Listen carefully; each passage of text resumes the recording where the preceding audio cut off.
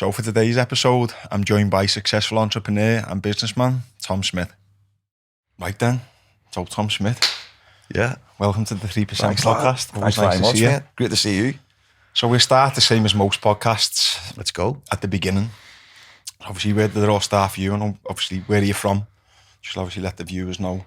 And I'm Tom Smyth from Belfast. As a young guy growing up, we grew up in a house full of love, but we didn't have a penny, which was okay. We just didn't have any money, but that was the norm in Northern Ireland. We were going through a bitter conflict between two communities and the war was raging.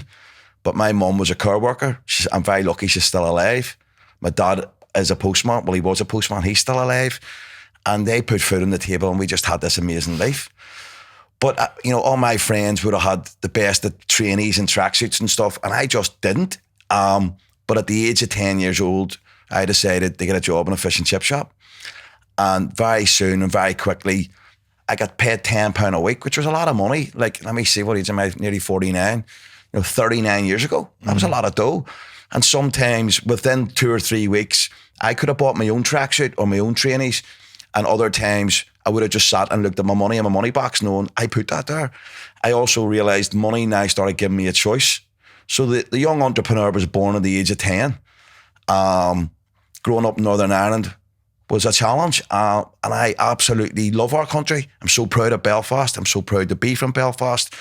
The similarities with people from Liverpool are electric. Yeah, I was going to touch on that, to be honest. Big time. But, I am so proud of our country, what we've come through from a conflict point of view. But I remember being a young man on a building site at the age of 16, and the foreman hated me because I was a different religion from him. But then I broke him by just being a machine on the building site, moving breeze blocks, moving mortar, moving cement. It wasn't his fault. He just didn't have the tools to be able to deal with hatred. Yeah. But I found his admiration from being a hard worker, and then we ended up. Earned his respect. I did, but became friends. He couldn't get over that. No matter what, he couldn't break me, and then I ended up becoming his friend. So I've always been a complete and utter grafter. I always will be. I'll always do something other people aren't prepared to do. I enjoy doing 19, 20-hour days, and I don't stop. Yeah, it's funny because there's a lot of similarities. Obviously, you're involved in property and stuff. Yeah, been involved in property for years. Obviously got loads of different things going on, but very, very similar for me. Yeah, it was the same.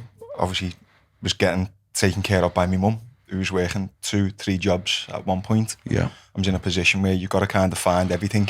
Of course, find a way to get everything for yourself. And the same, I was like, really nice. I'll see people now I haven't seen in school. I'm like, wow, we used to have like the biggest sweet graph going in school. Of course, yeah. I was earning probably just as much money as my mum at one point, just off selling, but she was actually helping me. She was like, yeah, I was passing sweets down. I was hiring coaches to take people to raves and stuff, and I became a contractor at the age of 18.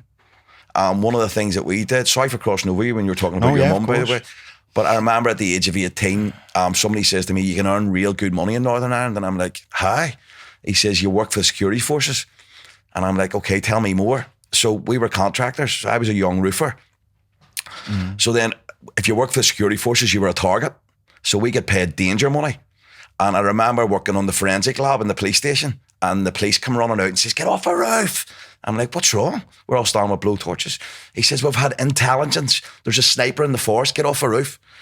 So we all came down and had our lunch. And an hour later, we just got back on the roof. So, our abnormal life became normal. Because we knew, and the police would have knew, from an intelligence point of view, whatever sniper was in the forest would have been gone. But all of that just made you bulletproof, But, and also, listening about your mum and stuff, you appreciate things so much. Like anything me and you have right now, we've worked for it. So you're so grateful for it. It's a gift in the sense that it teaches you to figure out how to actually attain and get things for yourself, because I think that, it's one of the worst things you can do is actually spoil your kids rotten. Yeah. Which is hard, because obviously when you're in a position to give your kids a lot of the things which you didn't have, it's like, for me, that's something I actually find difficult. Me and my wife is like, we can give the kids absolutely everything, but at the same time, we know that that's probably the worst thing we can possibly do, because the reason why you're in the position you're in today, and obviously, I'm comfortable myself, is the fact that I've had to figure out how to do all these things for myself. So because you're a decent guy and your wife's probably an amazing woman, your kids won't grow up spoiled. Like my two daughters, I have a 22-year-old and a 16-year-old. My 22-year-old has just finished her master's in international law. She's taken over one of our companies. Yeah. She doesn't ask for anything. My 16-year-old is just dedicated to her exams. She's dedicated to her fitness. She says to me recently, I want it so bad, Dad. I'm like, what do you want? She said, I want the life, but I'm prepared to work for it, Daddy. And I just was so proud. On Christmas Day, Farah says to me, thank you for the life you give us, Daddy. And I burst out crying with gratitude. I'm like, really? She says, yeah, Dad, thank you so much for the life you give us. And, you know, when you're hearing that, I also think my wife's taught them this trick. Don't ask them for anything, you get everything.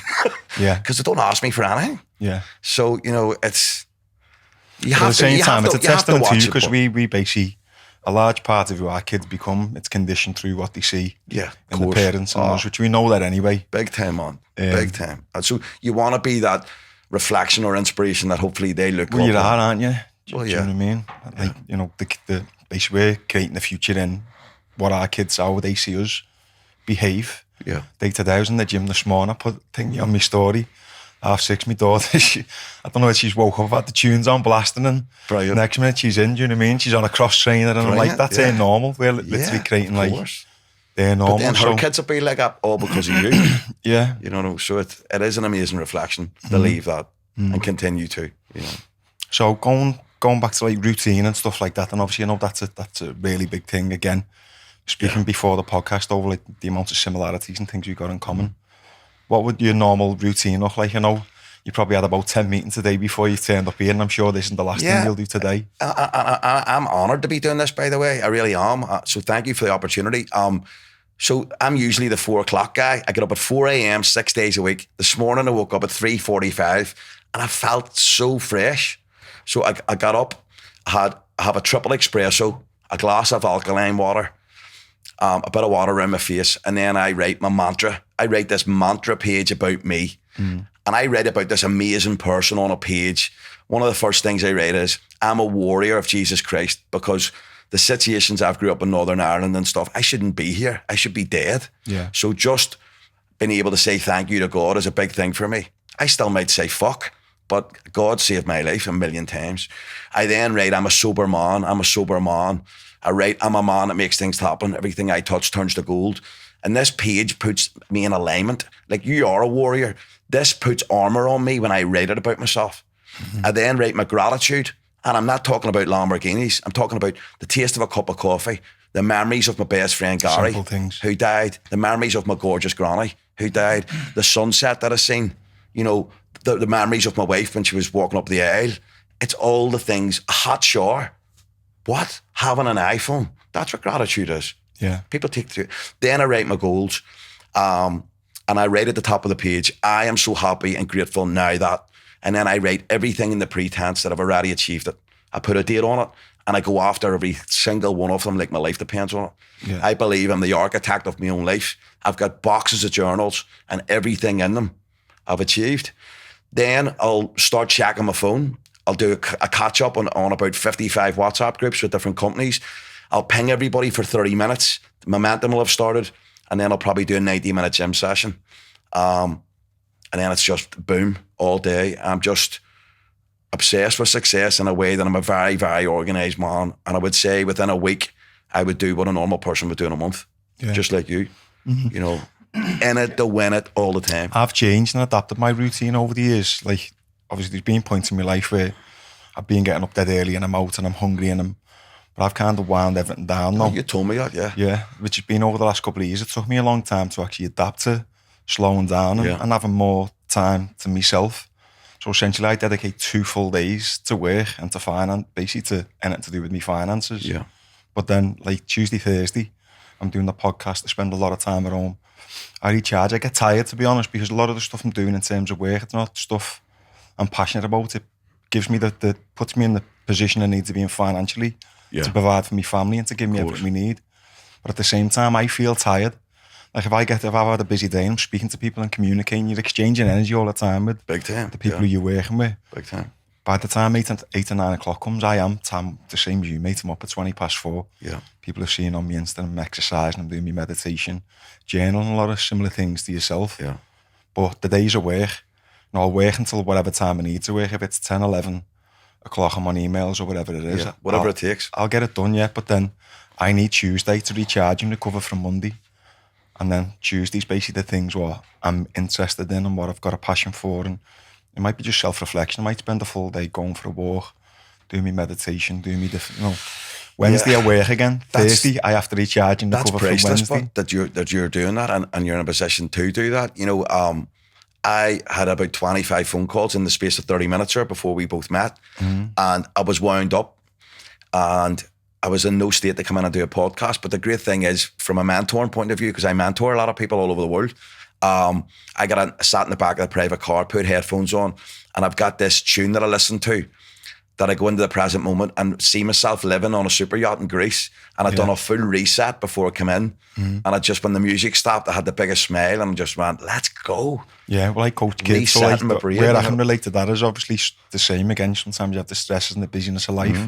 And I'll be rushing to a school before I know I'm going to go in and basically coach a load of kids who are all full of energy and bursting anyway. The idea is for me to go in there calm and relaxed and bring them down. Yeah. So if I'm feeling cool and I'm feeling relaxed and confident and positive, then I want to get them to basically match me. Of course. I get to school when I can, 10, 15 minutes early. Yeah. And have the same thing, different like audios and stuff. I'll listen to different breathing techniques to just be self-regulating. Then I go into the school feeling. It's essential to have that awareness, but isn't it? Yeah. But how valuable is it to have these techniques, even in day-to-day life, whether it's business, family, or? But do you know what?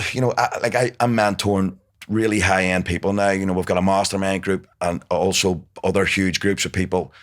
But I'm still a normal guy that I know the laws of the universe and different things. But at the weekend, and this is why I like being able to mentor people, I come under massive attack from anxiety, and it attacked me. It was painful, but it's having the awareness. This is still now, or no, this is something you've overcame? No. Oh yeah, it comes at me every 6 months or something, and for me now, it's an amazing thing having the awareness of how to come out of it.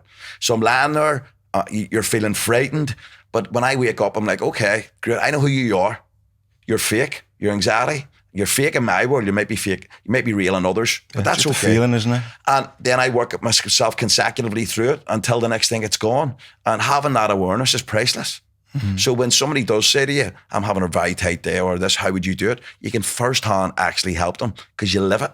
Yeah. That's the difference. Yeah. And a lot of people are as open to speaking that way, because I know people will view you from maybe the social media point of view, maybe the same for me, and they think they don't get angry, or just a human being. But we're not perfect, are we? Definitely not. Definitely not. I suppose the difference is the stuff what we practice every day and what we're passionate about and what we teach, to a certain extent, we actually use that to help control and manage our own minds and our own emotions and stuff. So yeah, it's nice to hear you speak about that.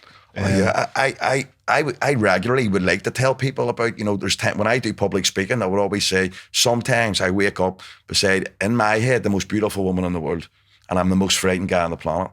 But I know that I've got the tools to be able to deal with anxiety, and I like teaching people how to do that. Yeah. Especially people at very high level or low level, it depends what it is, but being able just to help that one person sometimes is priceless in itself. Yeah. And then I openly talk about being on my journey too, with not drinking alcohol or anything anymore. That's been a game changer for me. How have you found that over the years? How has it affected you? Yeah, I've been on a journey for 8 years, and I've definitely had my ups and downs. And now I can genuinely say, if you offered me 200 million right now, I would say no, because a drink is just not for me. I've definitely had a spiritual awakening where God's a huge part of my life. I'm on my knees praying to God. If I'm ever in difficulty, I ask for help. But see, sobriety and living that life, it's the best life I've ever lived in my life. Yeah. Happiness, it's just health, no regrets. Well, I've had Lee Butler. He's been on the podcast. Are you familiar with Lee? Yeah. Lee's top DJ, really good. I know him, yeah. Lee's a great guy. He's a close friend of mine. Yeah.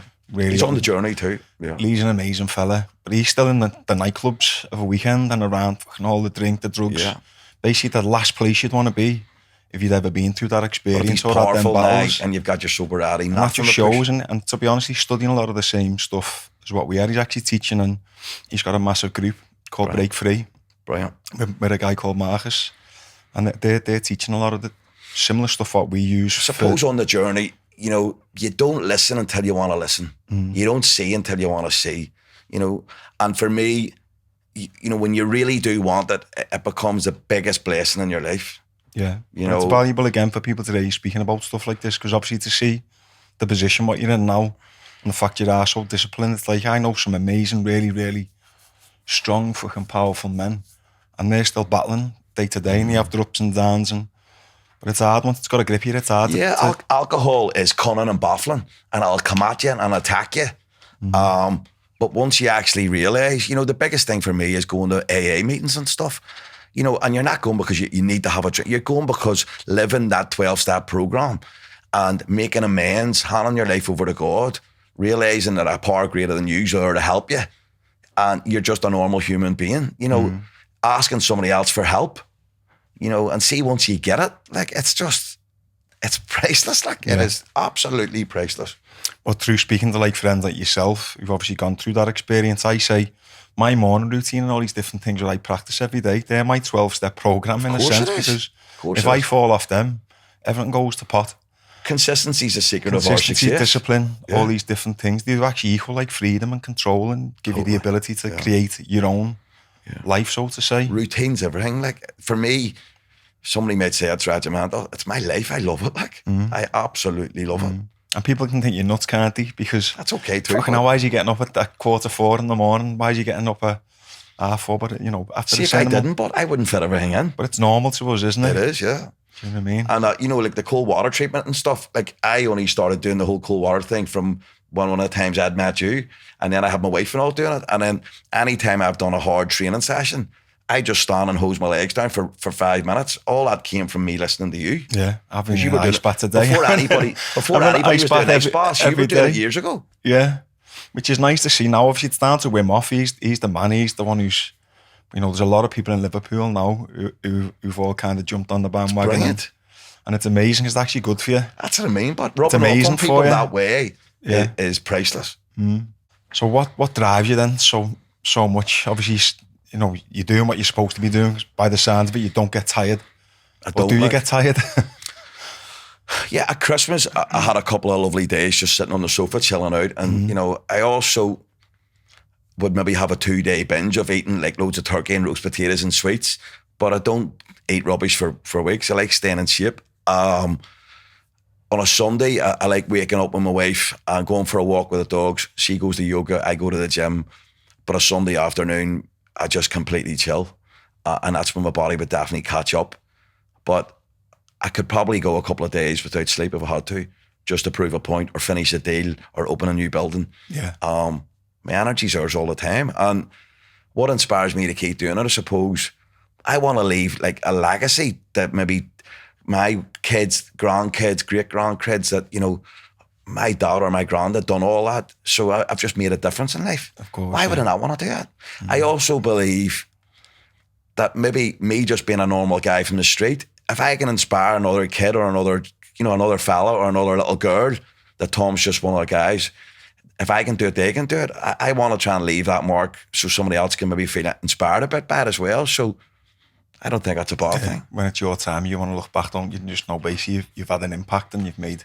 Yeah, you know, you hear that story about, you know, you'd never want to be lying on your deathbed a room full of regret of the people you could have been. There won't be one person there bar me. Yeah, well, that's one of my biggest fears, is actually getting to that age or when it's time, knowing I haven't given me best in every area of my life. It's like, I used to be driven by like singular like goals and things like that. Now I just want to be the best person. Yeah. I know we hear this quite a lot, especially now, but I do genuinely just have a passion for being the best possible person in every area. You can tell that, but it's radiating from you. Of my life, do you know what I mean?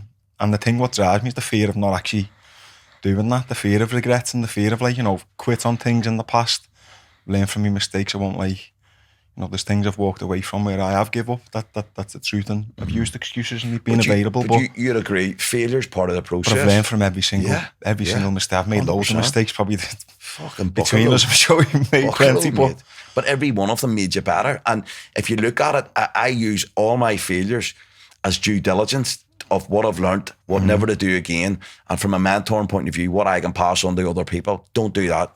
Why? Because I've failed 20 times to get to the point, this works. Wow. Have you ever feared failure in the past, or is it ever, self-sabotage or something, obviously, but I suppose I'm very aware. A lot of people are scared of the fear of failure, so they won't do it because they're scared of doing it. I'll just go completely all in on something that I'll have to make it a success. And dedicate myself. I will take an element of risk in business, but it'll definitely be a calculated risk. Like, we opened an apartment block in Manchester on a grade 5 lockdown, right in the middle of COVID, in Manchester. And how did we make it work? For 3 months before we opened, I walked the streets of Manchester on my own in the rain and the snow, because one thing Boris Johnson done well was he let construction continue. So I walked into all the building sites, I gave all the foremans my number, and as different contractors come in and out of the sites, the lads would phone me. So when we opened in January, within 2 weeks we were full. Yeah. So, I won't just sit and wait on something. I'll go and take massive action to ensure that we're going to win. Yeah. All day long. Because I have a duty of care to my staff, and I've also a life and a wife and kids that I've got a duty of care to. So I'll do whatever it takes to win. Not just for you, is it? I'm not going to sit about, I'm going to do it. Walk the streets, so what? Rain and snow, so what? And speaking about, obviously, COVID and the lockdowns and things like that, that affect you personally? Because obviously it affected everyone differently. And in a brutal way, a lot of people, it was like sink or swim. A lot of people turned on themselves, didn't they? Yeah, it was devastating for us at a point where we were doing massively well as a company. We were sitting cash rich, which was brilliant. And then the whole thing, the world stopped. And then the unfortunate thing that was horrible for us was Booking.com pushed all our people like us into the wall, forced us into hundreds of £1,000s of refunds. It killed the hospitality industry. Well, yeah, so we were lucky still then. We still stayed cash rich. But then we had no bookings. One of the things the government done correctly was apart hotels were allowed to stay open because people weren't mixing. So then we went to the point where we started giving accommodation and started renting apartments out to the NHS, started renting apartments out to essential industries. I also was very proud too, because I had to, because I love giving. There was nurses that came to us in Liverpool and in Belfast particularly, and I got involved with both groups of the nurses, and I let them stay for free, because you still have to give back in the midst of going through hell. But then as things started going really bad, we stopped surviving and started thriving. And one thing I said to myself, I knew it was going to be the hardest trading pattern from the Second World War, but I wasn't going to step back and look 2 years down the road on all the regrets that I hadn't done. And I just went, I'm doing this. And I expanded and went from 250 to 550 apartments. People were saying to me, you're expanding during a global pandemic, you're mad. I'm like, watch this space. And we completely came in and took over the whole market. I then started writing a book, Fearless, on my birthday, 27th of March 2020, which has become a huge success. I wrote that through COVID. I opened a mentoring course. So did the mentoring course and the stuff what you're doing now come off the back of COVID? Done that through COVID, yeah. Was that anything you were thinking about before or prior to COVID? Well, yeah, people, I suppose like you, people were always saying to me, your advice is golden. And then I just went, there's people out doing that mentoring and I don't think they would lace my boots. And I said, it's go time. So let's do this. So we've done a course that we started doing one-to-ones. And now, on the 31st of January, my mentor, Dream Mentoring, sponsoring the Rise of Foot Soldier film in London. Yeah. The next day, I'm flying to Miami to be coaching a load of incredible people in a huge dentalry company in South Florida. And it's just went from strength to strength. One thing I always do is I never put time between me and a task. If I think about something, I take action and I do it. I don't sit and think about it. I'll always act. And I acted on the course. The mentors exploded. The lovely thing is watching other people's success through being able to help them. Their success is my business card, but to see them win is an amazing feeling for me. It's rewarding, isn't it? And it's not that, of course you get paid for it, but seeing people win as a byproduct from your coaching is priceless. It's just going from strength to strength. And I feel privileged with my life. Praying in the morning, speaking to my little girl this morning, know I'm going home to my beautiful wife. But people looking from the outside will obviously see a lot of it's like flash, and it's, there is a lot of material. We've got nice things, haven't we? but at the same time, it's not. It's as you keep speaking about the things which you're the most grateful for. I can definitely relate to is like walking my daughter to school of a morning and like the most simple things in the world, which is definitely a message what I'd like to give you an opportunity to put out to people, because they just see, obviously we've got to market ourselves in a certain way, and obviously you've got a product to sell which is your mentor and you know, something what you're passionate about, but at the same time, it's a business. Yeah, you know, if you've got nice things, they're the byproducts of your success. I live every day for the Lamborghini and the big houses and stuff. They're amazing stuff that I have. One of the biggest things for me is spending time with my wife. She's never asked me for anything in her life, never asked for a handbag, nothing. She only wants me to be in the present moment, holding her hand, walking the dogs, out on date night, just the two of us being in love. See, picking my little girl up from dance tonight. Like, I've worked all over the country for 3 days, picking Farah up tonight and hearing her shoot the breeze about school and how was dance, and spending time with my 16-year-old. Them walking in and seeing a 22-year-old run a global company and know how much I love him. And that's what my life's all about. Yeah. That is it in a nutshell. I work my ass off to spend like time with them. Yeah, to create freedom, to spend time with your financial family. freedom to get to the point where I can spend more time with them. Do you find it hard switching off with having so much going on business-wise with the mentor, and even now going into acting and things like that? There's so many different things. What you're up to? I've taught myself how to reset. You know, I could have an argument in the street with somebody, like a traffic warden, and I can put on music, or I can go into the present moment. What can I see? What can I hear? What can I feel? What can I smell? What can I touch? And I can go right into the present moment, like your meditation, become the best version of myself, reset my brain, and then go back again. And when I'm going home, of course, sometimes I go home and I shouldn't be the guy. I should be a better husband and a better dad. But I want to go home that I'm going home the best version of me. Being Tom Smyth the dad, or Tom Smyth the partner, not Tom Smyth the entrepreneur or the businessman. No, I don't want to go home that guy. I want to go home the dad. Like Farah, the night at 16, I just want to hear everything that's happened in her day. I don't care about anything in my business stuff. I just want to be in the present moment with my little girl. And that is everything. You know, my wife, my 2 daughters, that's really my world. Everything else. How old are the kids? 16 and 22. Are they? And they look like 2 Kardashians. They're gorgeous. My wife, I just think she's the most beautiful woman in the world. You know? And I met my wife, you know, I had been through a breakup, and people do, you know, and I had decided at the age, my little girl was only 2 at the time, she's now 16. I said to myself, you know, I want to feel like a strong dad. You know what it's like sometimes, you need to feel that strength. So I said, look, I want to go to Disneyland. I'm going to go to Euro Disney, and I booked it, and I thought, yes, I'm a top dad, you know. So I went to the airport, and my little girl started playing with another little girl. And so I started talking to the other little girl's mum, and I went, flip me, this girl's beautiful. I was talking to her. And my best friend's from Liverpool, Paul Roskell from West Derby. He owns Liverpool Window Cleaning Services. Yeah. He's been my best friend for years. And I called him and I said, lad, I think I fell in love with a girl in the airport. He says, you're a fucking weirdo. And I'm like, lad, I'm telling you, there's just something here. So this how you met your missus? Yeah. So I was flying to Disneyland. The plane went Paris. And I says, look, lovely to meet you. I'll see you again. And she says, I'm going to Euro Disney too. And I'm like, this is crazy. I get on the back of the plane, put my little girl in seat 27 because it's my birthday, 27. And I said, Farah, Daddy'll be back in a minute. And I walked the whole way down that plane, and I turned up, and she says to me, what are you doing? Like? And I'm like, look, I'm sorry, there's something there. Can I take you out for dinner tonight? And she says, oh my God, you're nuts. And she says, look, it's not about me. And she says to Rihanna, what would you like to do? And Rihanna says, I really liked Farah, Mummy. And she says to me, you've got your yes. And everybody on the EasyJet plane were all, it was like X Factor, everybody was all clapping. But, you know, in my wedding speech, I said, thank fuck for Mickey Mouse, because I met her, you know, going to Euro Disney. And since then, we've had our ups and downs. I've been to hell and back a few times, and she's always been there, and she's my world, like. So 14 years, is it? 14 years, yeah. 14 years. And, like, I'm so glad I ended up deciding to go, because it would never have mattered. Is your wife on a lot of the same things as like what you are, so to say, in terms of like the math, like, you know, the mind stuff? And she helped me with all that. She was the one that bought me. Which you mentioned. She bought me the secret. She bought me. She was talking to me about the law of attraction. You know, I grew up, my brain was probably still dark from growing up, and a lot of Northern Ireland stuff had an effect on you.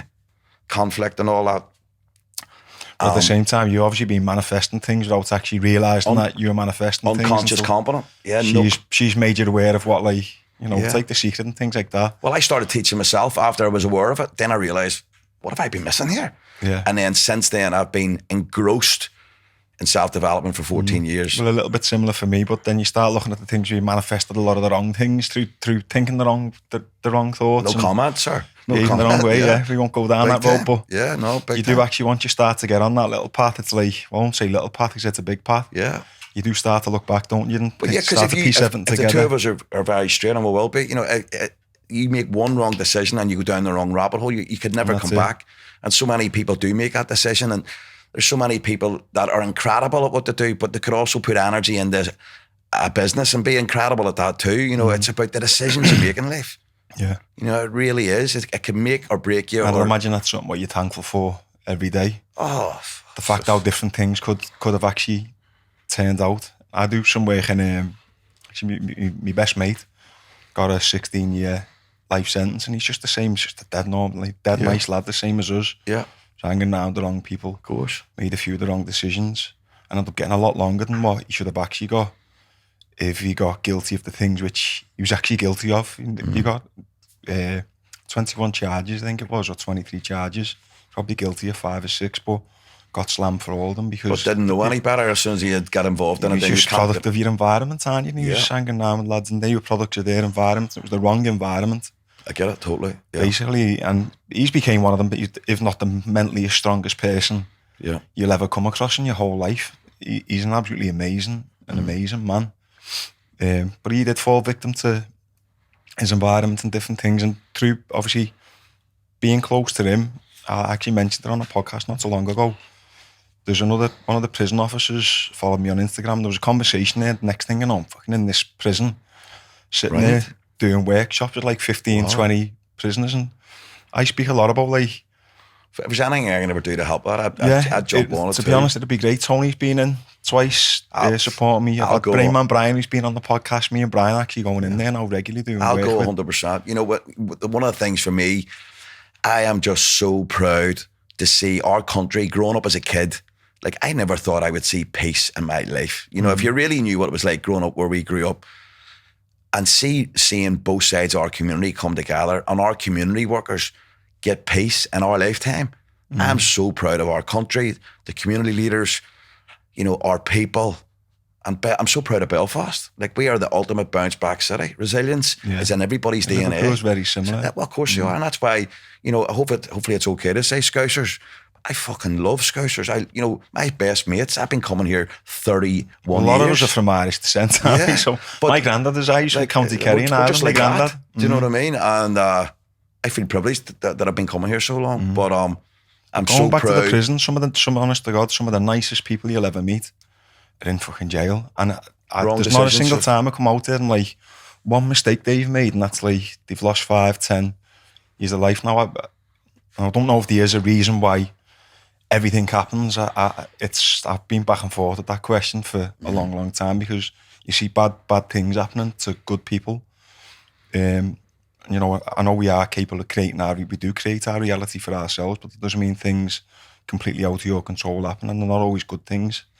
You know, when I see people in there who've made there's definitely mistakes, life after that too. Of course, there's life after. But some of the most genuine, honest men I've met, the nicest people, and you can feel it. It's not even like a conversation. It's like, you just feel it, the respect. And these are honest men, and they find themselves in prisons, locked up for 5, 10, 15, off not making silly mistakes, or, as we speak about a lot, just growing up in the wrong place, being in the wrong place at the wrong time. It can be sad, you know, it can be sad, but at the same time... Sometimes it's your demographic, and you become the product of your environment, don't you?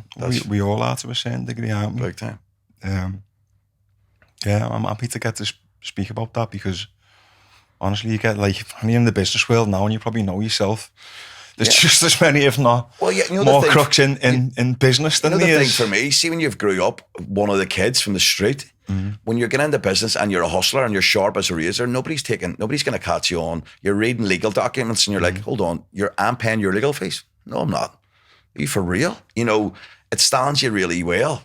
You've got that mental toughness. We're in a world now where any type of sharpness or mental toughness, you'll excel. Because so many people, unfortunately, I believe, don't want to work, or, well, you know, okay, it's okay, try your best. No, if you really want to do it, give it 1,000,000%. Do it. Like, I'll not try my best. I will just do it. You know, if I have to do 2,000 press-ups in half an hour, I'll treat it like my life depends on it. Why? It's a big thing for me. I'm the same. We probably get into an argument now, but if we're both on a treadmill next to each other or we're doing burpees or whatever it is, you won't beat me. Yeah, well, I'll have a heart attack. I'm not. And you probably say, I fucking will. I will. Do you know what I mean? Yeah. But it's that mentality, isn't it? Which, but then when your kids see that and that's what you're inspiring them with, it's just amazing. Bring it on. Yeah. We'll have a burpee We did a competition burpee. after the podcast. It's right. What else have you done then? Obviously, you've got the property and these different things. Anything else you've tried? And there's a lot of people, as we spoke about before, they actually feel fear, failure. Yeah, like I've done a lot. Like I had car washes, you know, I've had burrito bars and sold it, made a lot of money. Then the business was closed after 6 months. The guy didn't know what he was doing. You know, it's just, I've done a lot. I've failed 1,000,000 times to get to the point now where,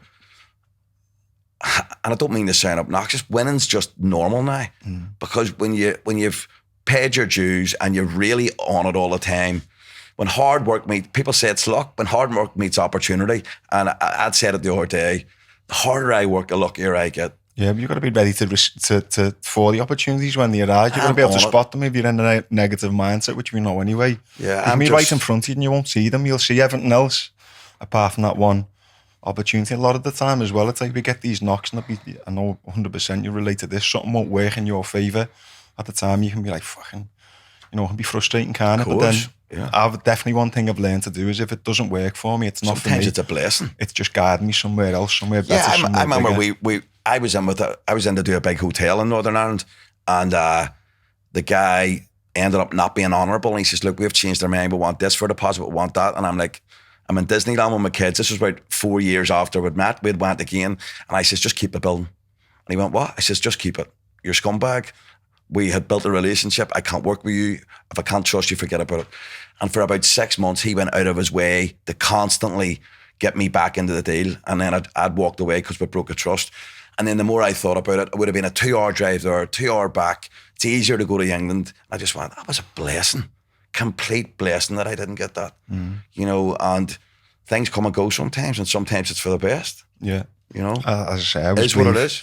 If it doesn't happen, it's because something bigger and better is around the corner. And that's it. I've learned that's worked for me. That's something more. Yeah. It's not something I've read in a book, or it's something more. It's something I believe in just through. You can, but like experience. Me sitting here talking to you, you can feel a calmness coming off you. So the work that you've done on yourself is obviously paying you dividends personally. It does, which obviously we know. But trying all them different things, by the sound of it, you've found your niche and what you love and what you're good at. Because the only way you can do as much as you do without being absolutely fucking knackered is the fact that what you're doing, there's so much passion involved in it, the mentoring, it's not work, no. It's not work. You know, I was on the phone with a guy last night who signed up for the one-to-one, you know, taking mentoring clients to the red carpet.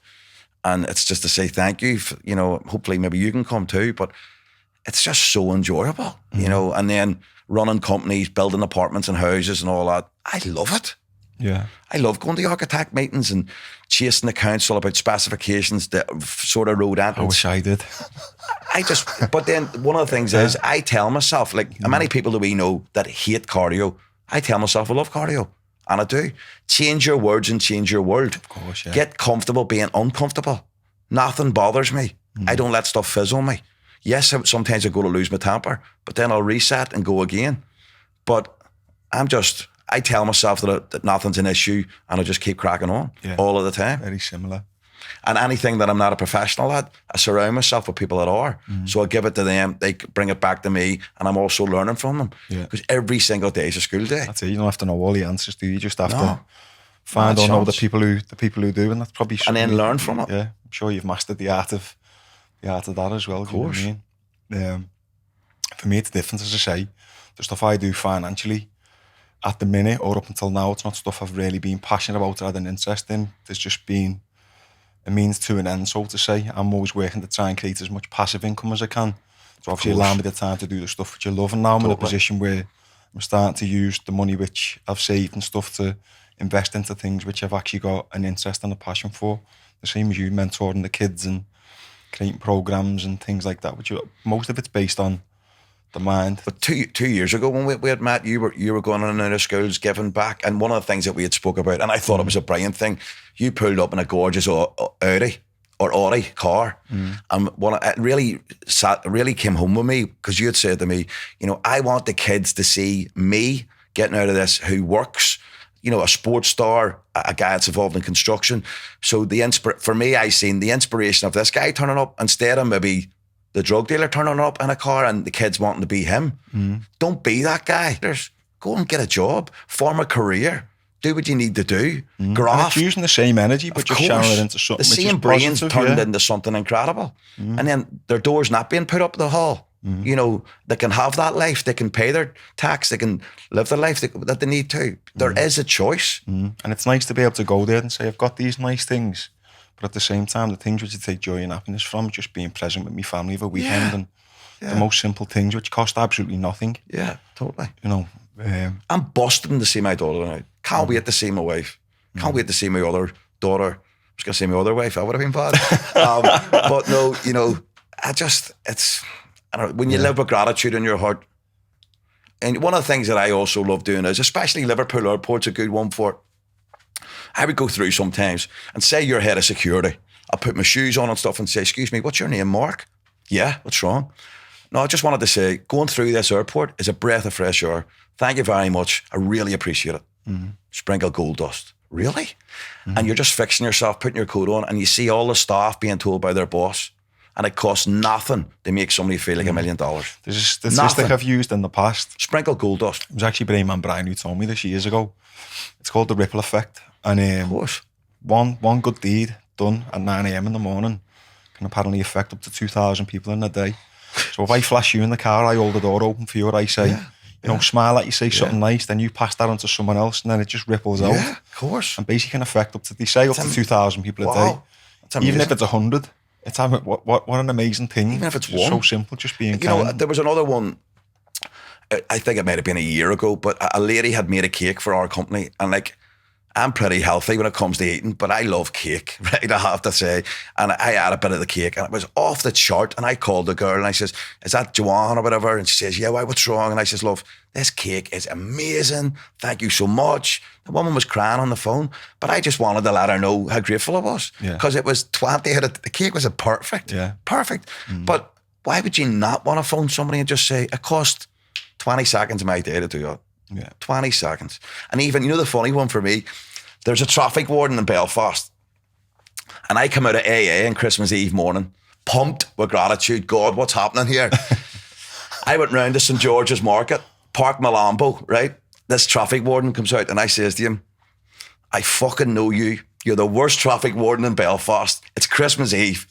Just put the ticket there if you want. I said, do what you need to do, but here's one for you. Merry Christmas. I know what you're like. You're just the worst. Fine, crack on. I understand. I went in and bought like fresh vegetables for me and my wife for Christmas dinner, cooking all the stuff. And I come out. He didn't give me a ticket. I couldn't believe it. I drove around Belfast and found him, bounced out, went, Merry Christmas, lad, and give him a hug. And he's like, I couldn't believe it. He didn't while we're on the subject of parking tickets, I know that Reece knows and Jacob knows exactly where this is going. Right, we've had Tony Bellew again. We had him on the podcast, and he was looking for somewhere to park for ages. And I parked in a loading bay outside. I'll hold my hands up. I'm bad for like. I'll just fucking park anyway. Especially if I'm in a rush or whatever. Yeah. I'll just park where I park. You're UFC star. Fuck, I'll literally park where I'll park wherever, and I say I won't get a ticket. And I'll come in here and they'll say you might need to move your car. I'm saying I won't get a ticket. Car parking angels. I just fucking park wherever I. Yeah, but I don't believe I'll get it. I put it out there. I'm not getting a ticket. Yeah. So everyone laughs and they think like, whatever, you're gonna come out and get a ticket. This guy is an assassin. He's that good at being a cop. And he didn't give me a ticket. I'm like, they're all assassins, mate. They all get out. They're all assassins. Someone's got to do the job. I've got nothing against. I've got absolutely nothing against traffic wardens. There's a load of traffic wardens in Belfast who I get on brilliant with, and they all. But if I get a ticket, it's my fault for parking there. It's not their fault for giving me a ticket. I see people kick off on traffic wardens. Disagree with me if you want, but they've got a job to do. Did I see a traffic warden in the boot of your Range over there? Have you got one in the boot? No. Oh, I parked my car on a loading bay outside, and someone was knocking on the door while you're in the middle of the podcast. He's like, there's traffic wardens all over your car. You better get out and move. And like, we're in the middle of a podcast. Look, I'll have to get the ticket. Yeah, take a There's 40 nothing I can quid, do. I yeah. can't, like, you know, it is what it is. It's my own fault for parking there, but My I'll mate come out parks. and I won't have a ticket. And they're like, there's basically traffic wardens all over your car. The fella who works in Tesco has just come to do me a favour. Yeah. And good on him, thank you very much. And goes out an hour later with Tony and there's no ticket of fucking car. My And mate Tony's parks. just scratching his head. So me and Tony had to go somewhere after the podcast. And he must have brought up about 3-4 times over me not having a You not ticket on. getting one, yeah. Me not having a ticket on. I think even like Tony's like, we laugh because it's Mrs. Rachel. She's into crystals and she's a believer in, Yeah.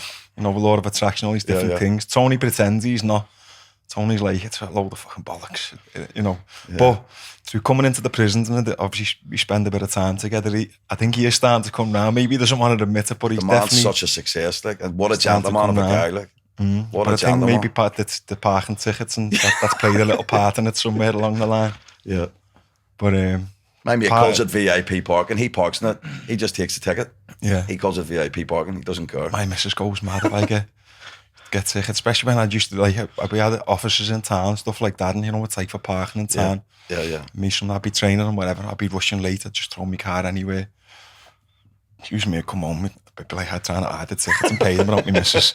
She goes absolutely nuts. But I was going to say I'm getting better, I'm still parking the same. Not just every time I park my car, I say, you're not getting a ticket today. Yeah. And it's working so far. So, other stuff you've done, MMA shows?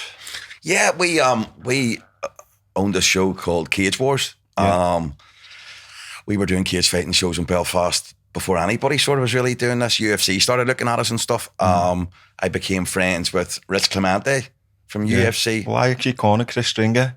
Did you? Yeah. When he was And, fighting Rich? Was it when he was fighting Rich? I think it was when he was fighting Yeah, Rich, yeah. because Rich beat him, in Belfast. His nickname's No Love. Yeah. So I've had a lot of amazing stuff coming out of MMA. You know, like me and Rich became mega close friends. He owns a massive back surgery clinic all over. So do you still speak to him? We stay in touch. Yeah. He brought me over to New Orleans for my 40th birthday. And like, you know, the worst thing that ever happen in your life is like Rich's ex Special Forces in the United States Army. And him and his mate, who's a Navy SEAL, they're both fighting each other. I'm like, what the fuck's happening here? So I go to split the fight up between the two of them. Like, you're a fighter. His mate's on the deck, keeping Rich at bay, kicking him. Rich is trying to get in to pull his leg. Some other dude bounces over to split the fight up, and I pushes the guy. Sure, it's a cop. And I'm like, I've just pushed a fucking cop, and the guy bounced off the shutters. All of us looked at each other and went, let's fucking run. We're all running through the streets of New Orleans, and I'm like, I can't phone my wife and say, Dolores, I'm fucking arrested here in New Orleans. Yeah. But amazing relationship with him, and MMA, it's taken over the world, and what an amazing sport. We're going to Molly in a minute. What a tough sport, but I remember going over there with Stringer. I think Ali McLean. Do you know Ali McLean? of course, I love Ali. Old teammates of mine, still close friends now. Great kid, brilliant fighter. Like. Ali just fucking absolutely lived in the East. Another one just came over from Ireland. So I was Found a brought home in in by Liverpool. Paddy Mooney. My mate Paddy and Chris owned the company, and they brought me in to do like the PR and organise the Cage Girls and stuff. And you know Tom Lamont then from Chum Sut. Tom Ali and all would have fought out of his. I've heard the name, yeah. It's been a long time since I've Gentleman been. of a guy, like gentleman. You'd love Tom, like a really calm guy, but like he'd just take you apart in 2 seconds flat. Yeah, you 60. find that with most MMA fighters, even boxers as well. I'd say more, not even being in a biased way. I'd say MMA wise, you know, you'd look from the outside if you didn't really understand it. You think they're all fucking lunatics, but they're not. They're some of the most peaceful, nicest people you'll ever meet. But at the same time, they wouldn't think twice about pulling your arms and legs off and battering you with them. 100%. Paul Sass is the same with Paul Sass, and he was like, the only way I could describe Paul Sass is he's the kind of man who, if my daughter brought him home, I'd be like, yeah, he's all right. Yeah.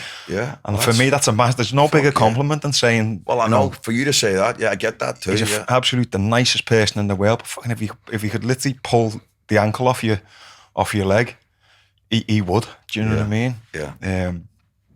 So yeah, I'm a big thing. I'm a massive fan of Jordan Peterson, and he says a lot over like it's train every day to be the most dangerous person you can possibly be, but then obviously practice and preach peace and love and kindness, and Yeah, being a badass doesn't work. You want to be full of love and compassion, but also be no fool ever. You know, you just have to. You can't let people walk all over. Not a chance. I wouldn't give an inch, and I never will. I'll never back down. I'll never tap out.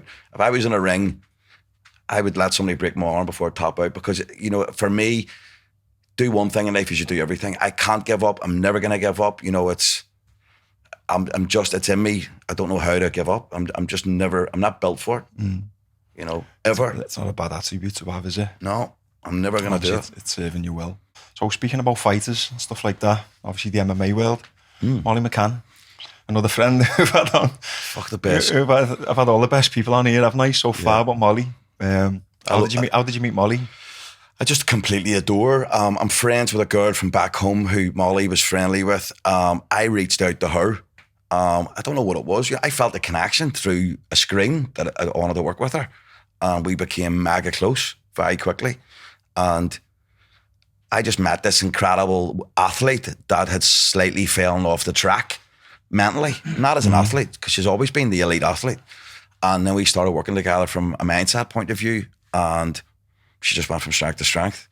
All I done was woke up the genius that already lived inside her, and I came back. And it's about belief, isn't it? Just helping her believe. That's all I done was help her believe again. And now, you know, one of the stuff I'd have said to her, walk down Dale Street in the shoes of the woman who's already won that fight. You know, and she did. And she, I don't know, she's one of the most remarkable athletes. I have so much respect for her. I think she's female fighter of the year. I think she should be winning knockout of the year. You know, she's just I know the last fight obviously didn't go according to plan, and that's MMA. That's a fight. You don't. That's life, isn't it? Yeah, that's life. But at the same time, I've definitely seen a massive change. You know, in Molly, in the sense that she's gone from being that entertainer. It's actually she's got aspirations now and goals and ambitions of winning that title. And I've said it on different things. I can't doubt her and say that. I think the thing for me was just like sitting one of the nights watching a fight with me and my wife. Her comeback fitness and her mental toughness. Yeah, she's one of the strongest mindsets you've ever. You know, not, you know, sorry for hitting the mic. Fuck. But I mean, she's just relentless. You know, once somebody's got that, like, you can't put that girl down. You can't buy it, can you? You can't train it. You can't buy that. You can't find that. That has to be born inside you. And she has that in bucket loads. And, you know, my kids love her. My wife loves her. Who doesn't fucking love her? Yeah. You know, Ireland, everybody in Northern Ireland loves her. She's a global superstar now. But I've actually, again, it's something I spoke about when she was on. I've seen her journey, so to say. Yeah. And how much time and everything she's put into, like, training. And I got emotional when I seen her knock get the first spinning elbow in the O2. I was there with MJ, and you know, and it was. I knew I knew exactly what I'd do for her, and no one deserves it more. So no, I agree totally. Yeah. Great game. It's great for this city too. You know, what an inspiration. Well, the stuff she does with Weapons Down. I'm friends with obviously Tony and seen all that. And David who run Weapons Down. Yeah, and the lads were sitting beside me at the fight. Yeah, she's a big part of that. Yeah. So again, she's giving back. She's helping. Because so many people don't, and she does all the time. And that's one of the things that I know a lot of business people at really high level, and it troubles me that I don't see them giving back. And I'm not judging them, but it pisses me off that they're not helping more charities or doing this or doing that. Because, you know, on that journey, you have to give back. Yeah. You have to. Like, I woke a guy up the other night who was sitting in a sleeping bag, and he was dazzling. I just said, "There's 40 quid, lad." He says, "What?" I said, "Just take it." You know, see, if I thought he was getting something to eat or whatever, I just had to help him. The truth is, you don't know what they're going to do with it. But that's not my judge, you know. No. But if I thought I can help him, you know, another guy in Manchester 2 nights ago, he was reading a book on the side of the street, and I put the window down. I says, "Look, I don't want to offend you, but I've a spare tenner here. It's all I've got. Would you like it?" And he says, "Man, it will change my life here." Come over, hand him the tenner. He says, "God bless him." Now, God bless you, lad. You know, there's a large percentage of people who are homeless who are ex-veterans and things like that. You just never know. A lot of people surmise straight away. But our country, unlike America, doesn't look after ex-vets and soldiers. You know, which is a joke. Yeah. You know, the policies and the systems and the things they have in America is incredible. The UK soldiers don't get looked after properly. It's disgusting. They don't. They need support. So, what's the plans for the future? Obviously, I know you touched on you're going into the movie. Just something like global just something takeover. Totally different to global takeover. Just I want to take over the world. you know, just something light like that. And is that something that you've just stumbled on, or is it something what you've actually, where did the idea come from initially? The movie thing, in one of my mantra sentences, I actually have it on YouTube from September 2021. So somebody can say to me, you really done this? So check my YouTube out. September 2021, sitting in my kitchen, I said, I've just wrote this sentence. I'm going to go from magazines to TV and movie scenes. So then I was writing it and felt a huge connection with this sentence.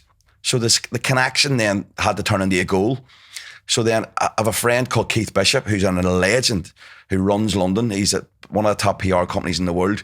He's Johnny Depp's PR manager. So I says to Big Bishop, listen, I want to turn this into reality. Phone Keith constantly, because that's taking massive action. Because you have to keep doing it to take massive action to make something happen. Keith says, okay, listen, it is what it is. I've now set up lunch with you and Terry Stone, the famous actor and film director, who's made all the Rise of Foot Soldiers films. Terry's made 33 films. We both met in Annabelle, so spent 3 hours. And Terry says to me at the end of it, look, I'm going to give you your first role in a movie. I think we've got a good synergy. I've been brought in to help raise money for all the films. Terry and I became very close friends. I'm proud to actually say I'm sponsoring one of his movies. He's on my mentoring program. And people are like, that's fucking Terry Stone. So I'm mentoring Terry Stone, the film director. I'm going to be meeting all the stars here on the 31st in London. I've got a new role in the new Headhunter. So there's a Chelsea Headhunter soccer hooligan film coming. I'm in it. You're playing a part of an Irishman in the film? I don't know, but I'll be getting like a half decent sort of role in it. And then they're making the new Rise of Foot Soldier in Ibiza. I've been brought in as like an exec producer for the film. And I'm just like, but I take it all in my step. You know, it's thank you so much, God. Thank you so much, universe. Thank you so much for everybody involved. But I'm writing these goals and they keep turning up. I definitely admire you for the openness to try new things.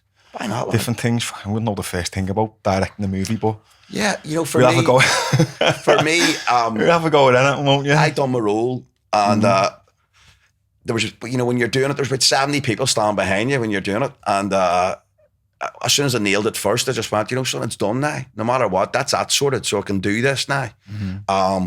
And I'm going to start doing acting lessons so I get good at it. You know, it's like why are you an amazing fighter? Because you've practiced all your life. You'll continue to. If I'm going to do something, I have to be very good at it. So I'll do whatever it takes. And who knows what's coming next. And I just feel so blessed for my life. Obviously, I've followed Grant Cardone over the years and watched a lot of his videos and got his books and things like that. What did you take from the stuff what you've done with him? I know, obviously, you do like a mentoring program. Yeah, you know, for me, one of his programs. The Grant Cardone thing was, I was trying to find somebody to connect with that I could listen to, because I wasn't connecting with certain amazing other world public speakers. I just wasn't feeling the connection. But then I listened to 10X as COVID was kicking in. I was washing my own car because you weren't allowed to take your car to a car wash or you would have got arrested, do you remember? Or you couldn't have got your hair cut. To be fair, I had a haircut and a clean car right the way through, and I didn't cut my own hair. Arrest me if you want. So, you know, I started listening to 10X and decided I wanted to be part of the whole Grant Cardone thing. Yeah. People says to me, like, you're from Belfast, mate, how are you going to connect with Miami and Grant Cardone? I said, watch this space. So I connected with everybody in his team, connected with Grant and Elena, all my socials, connected with everybody in 10X. And then what I started doing was all my wins, like filling a hotel during COVID in a grade 5 lockdown, I was sending videos, hi team Grant Cardone, hi team 10X, my name's Tom Smyth, I believe in 10X too, and telling them my stories. I was sending videos over to them. The next thing then I started getting messages back. Tom, watch this. 200 people in Miami, all his staff. Here's one of our 10X guys from Ireland. And I'm like, wow, these guys are now listening to me. So then I thought, I really want to get their attention. So I spent $700 on a big donut delivery of really gorgeous donuts, sent them to his office and got all the videos from all the staff. Hey, Tom, thank you so much. Please come. But then everybody started talking in Miami with an Irish accent going, that's that Irish guy sent that. Yeah. I became really close friends with Jared Grant, Grant's number one. And I just took massive action to connect. I was sitting at 10Xer in March. I was front row. I was sitting across from Donald Trump and Grant, and met Grant in person. And I just, as soon as I'm in on something, I'm like a heat-seeking missile until I make it a reality. I'll never stop. I won't procrastinate. I won't think about it. I'll just do it. And I turned the thought into a reality like that. But it took massive action. By taking massive action. All of the time. Never stops. It doesn't stop. I'll keep going. Amazing. What's next? Let's go. You know, and I don't know what's happened to me in the last week, but I found another level of energy that I didn't know I had. By the sound of it, you're just finding things which you've obviously got an interest or a passion for, you know, at what, 40, 48? 40, you're turning 49. 10 or 49 and still going. Do you know what I mean? For me, I'm 10 years younger than you, so it's like, I get a big inspiration when I obviously spend a lot of time in gyms and stuff like that, and I'm always looking to like... Don't you say older fellas? No, but if I see like a 60, 70-year-old man, they're still in the gym and the boxing and they're staying active. For me, fitness and in general, and training and exercise, I train 7 days a week, twice a day, Monday to Friday, Saturday morning, Sunday morning. Yeah. It's a massive, massive part of who I am. Like my wife's 52. She looks like she's 32. She's got an 8-pack. She's an inspiration. She's like absolutely stunning. But she trains twice a day, 7 days a week. Well, I actually go over to these. Like, there'll be fellas in the gym. There's a couple in like a gym, Derby Lane, where I go sometimes. There's Jimmy, an older guy in there, absolute fucking cracking fella. Nose like that, proper hard case, swears at the bag when he's in it. But the amount of times even if I'm in there, I'm so fucking grateful to him. Yeah. I've even said to him, thank you, but you don't realise you're just coming in being Jimmy. Yeah. The hard case, swearing and fucking spitting and throwing the head on the bag. But for me, that's like, you know, with training being such a big part of my life, that's like massively inspiring to me, and I'm grateful to see things like that. You know what I mean? But that's an inspiration for anybody at our level who loves training. Yeah. You're just like, you're in awe of somebody still killing it at that age. It's brilliant. That'll be us, lad. So what's the plans then going forward? Obviously, you've got the movie and stuff like that. Any signs of slowing down? Rehab's a big thing for me. I have a client who's became a close friend, Richard Parker, and we are going to a facility next week, just outside Harrogate. We're continuing to look, but we're going to be opening rehab clinics across the UK. We're also a bit ahead of so we're going to be using a 12-step program to help people with addiction, but we're also going to be introducing a thing called the 13th step. So when you leave rehab, you have a better chance. But I'm going to do videos from a mentoring point of view for me to be able to say to you, I know how you're thinking right now. I know exactly where your head's at, because I'm you and you're me. I'm exactly the same person as you. This is what not to do. So we want to give you recovery when you leave rehab as well. Yeah. So that's going to be a huge thing. The thought of being able to help or save somebody's life through getting them off that journey of addiction. And a lot of that's based on your own struggles and your own experiences. So, you know, I want to walk in and God spurs, it's never you. And somebody's sitting in a seat and they're like, yeah, it's okay for you. Man, I am you. Now let me tell you my horrors. And they're like, let me walk into the clinic and I'll sit and do the chair. Who's doing the chair the night for the I'm doing the chair. But you're the owner. Yeah, watch this. And I'll tell them what a horror story is about addiction. And everybody will be like, wow. You know, obviously it's going to be a business, but I want to make a difference, because I also want to bring rehab out where the famous property developer that me and you know, or the gorgeous girl who's an influencer, can actually see me on social media saying, rehab's okay. If you have an addiction, feel free to come out. It's not, don't have that stigma no more. Ask for help. Just the way Paddy had said about mental health. We want to make it open that it's okay to come for help. Yeah, of course it is. Yeah. Oh my God, he's going to rehab. As I say, some of the strongest men I know battle addiction today. So so it's okay to ask for help, and so many people are struggling. So we want to make a difference and make it more open. So rehab, I want to be part of my legacy, that we open this healthcare business. Richard also owns specialist care homes with another incredible client of mine, David. And hopefully we can maybe expand those special care homes for children in the Northern Ireland as well. So my brain doesn't stop, but in a good way. You know, I love it. What I'm seeing, again, there's a lot of things that you've been through yourself are kind of spilling into later life, where you're turning these things into businesses to help and support people who are going through similar battles, which you've managed to overcome. And you can be the example of someone who's been there, can relate to them, can connect with them, because you've shared the same experiences, but you obviously come out the other side. Because there's clinics doing things wrong because they don't know what the patient feels like. But from somebody who has a recovering addiction with stuff, I know, you know, from alcohol or whatever, I know exactly how a person feels. So, you know, we want to really, really go out of our way to help. I done a TED talk on my sobriety. You know, me personally, I'm work in progress. I always will be. I now know God's running the show, not me, which is a big thing for me to admit. Yeah. You know, because like we always think we're running the show. I know I'm not. I hand it over. I know I'm flawed, but I'm just going to continue to push. But healthcare is going to be next. Yeah, it's definitely going to be. It's right up there. And something obviously what you hold close to your heart. So Big time. I'd imagine you can absolutely smash that as well. I mean, don't it.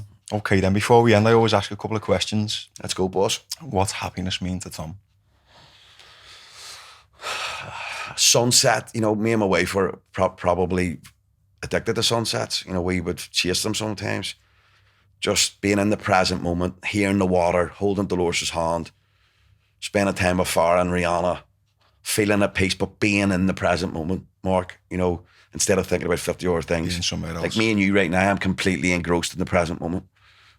That's definitely happiness with my wife and kids.